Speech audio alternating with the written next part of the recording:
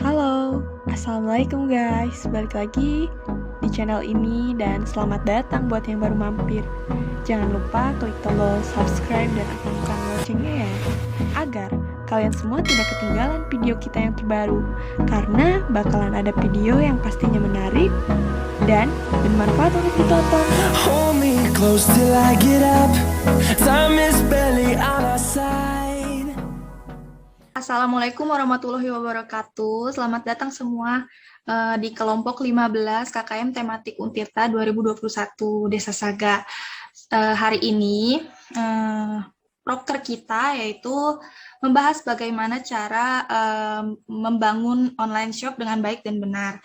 Nah, di sini kita udah ada kedatangan Kak Kiran dari kelompok 15 juga sebenarnya. Tapi dia berpengalaman dalam berbisnis online ini.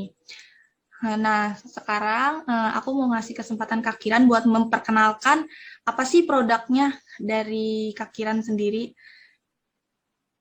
Silakan Kak Kiran. Perkenalkan, nama saya Rizky Rani Dahlia, biasa dipanggil Kiran. Saya mempunyai online shop yang sudah bergerak selama kurang lebih 2 tahun. Saat ini toko saya aktif terdaftar di Shopee dan sudah memiliki 1.000 lebih testimoni. Produk yang saya jual berupa merchandise K-pop seperti ini, berisi paketan yang biasa dijual dengan harga 25.000. Oke, nih kalau ada yang mau beli-beli merchandise K-pop bisa ke tokonya Kak Kiran ya di Shopee. Nah, di sini udah udah disiapin beberapa pertanyaan nih untuk menjawab tema kita hari ini, yaitu bagaimana cara membangun all shop dengan baik dan benar. Kita langsung aja. Yang pertama, kita tanya ke Kak Kiran, bagaimana sih cara memulai all shop sendiri? Pengalaman Kak Kiran tuh buat memulai all shop tuh kayak gimana? Kalau aku dari yang pertama, untuk membuat online shop pastinya kita pastikan dulu apa yang kita suka gitu, supaya kita menekuni terus online shop itu tidak putus di tengah jalan gitu. Jadi kita terus semangat kalau kita menjual barang apa yang kita suka. Kalau aku kan suka K-pop gitu ya, jadi untuk terus update barangnya tuh aku selalu senang karena itu bersangkutan dengan kegemaran sendiri.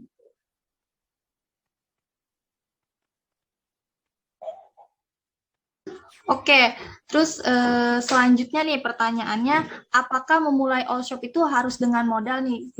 Diketahuin kan kayak misalkan orang banyak yang pengen memulai all shop tapi takut nggak punya modal gitu, takutnya modalnya kurang atau gimana? Menurut Kak Kiran sendiri untuk memulai all shop ini harus nggak sih ada modal itu atau misalkan ada alternatif lain gitu untuk memulai all shop tanpa modal?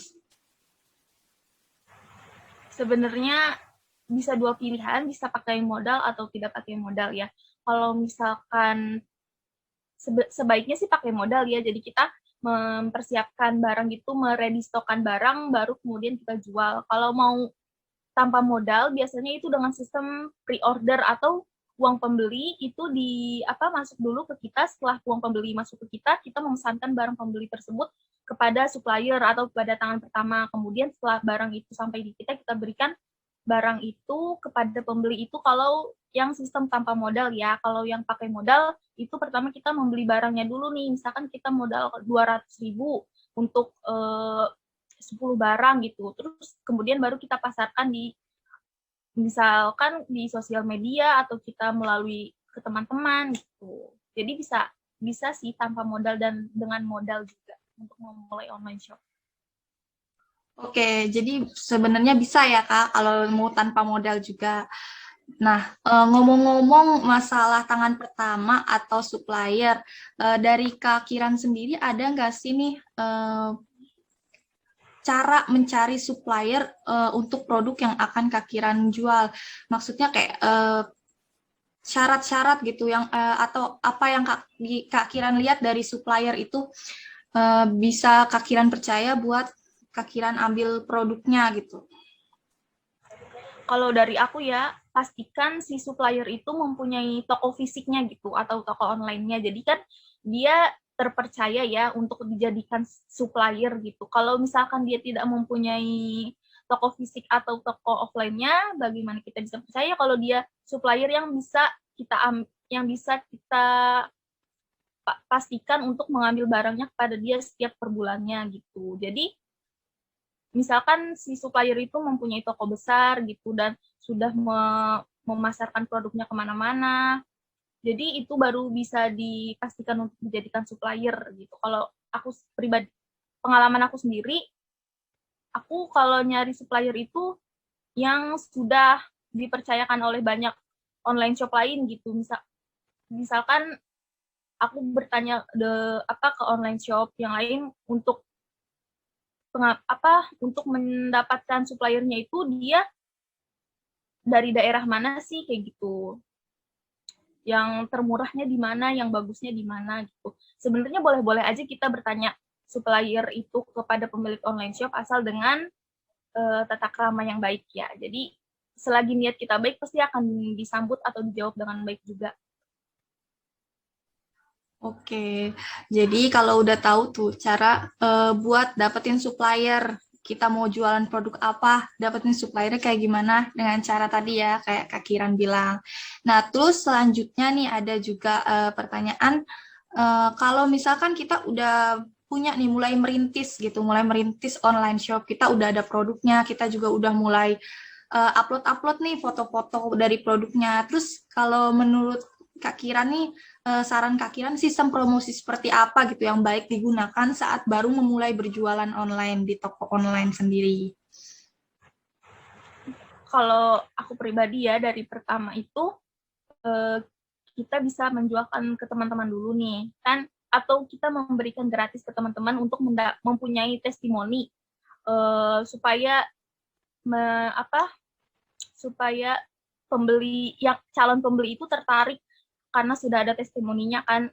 Kalau dari awal sebenarnya sulit kalau kita nggak pakai dari teman gitu, testimoni teman, menunggu testimoni dari pembeli pertama itu sebenarnya rada-rada sulit ya.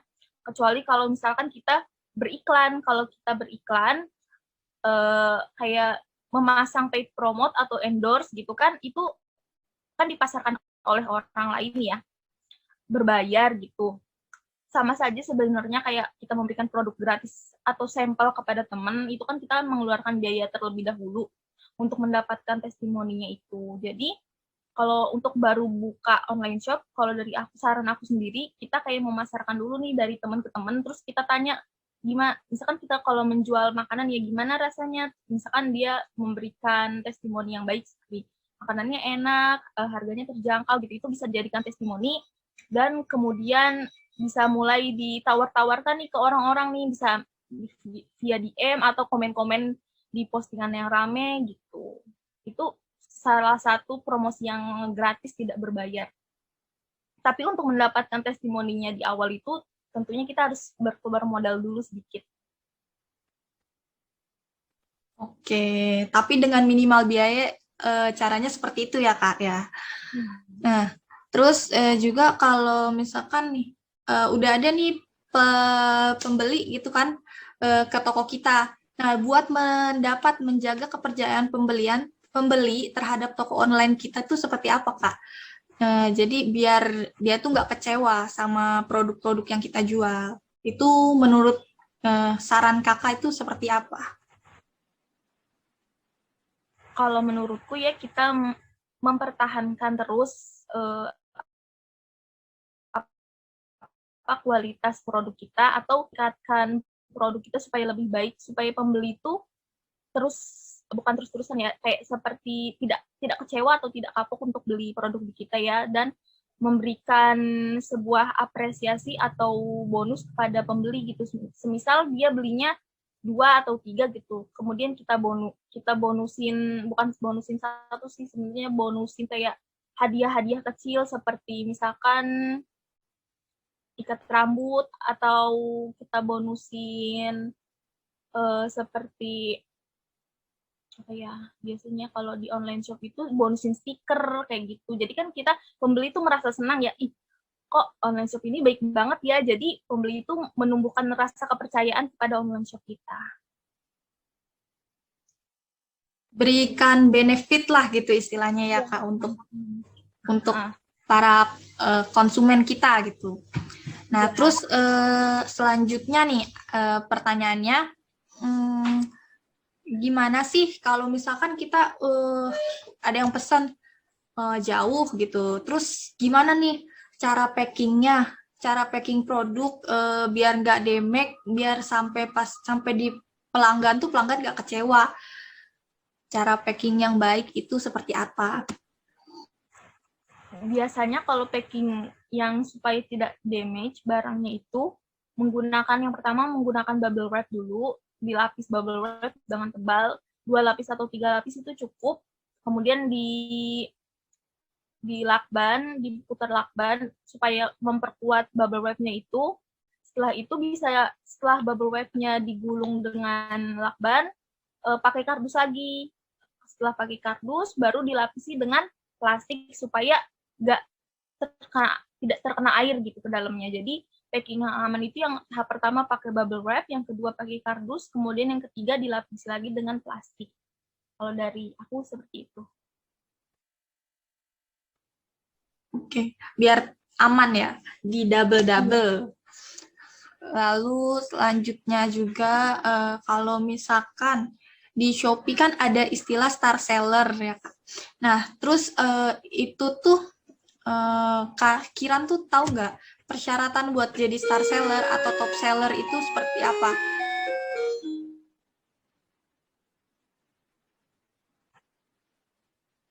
Oh, kriterianya ya untuk bisa menjadi star seller. Ini berdasarkan yang aku tahu dari Shopee ya. Syarat-syaratnya yang pertama itu membangun rekor penjualan yang kuat. Kemudian yang kedua, memberikan layanan pembeli yang baik. Kemudian mematuhi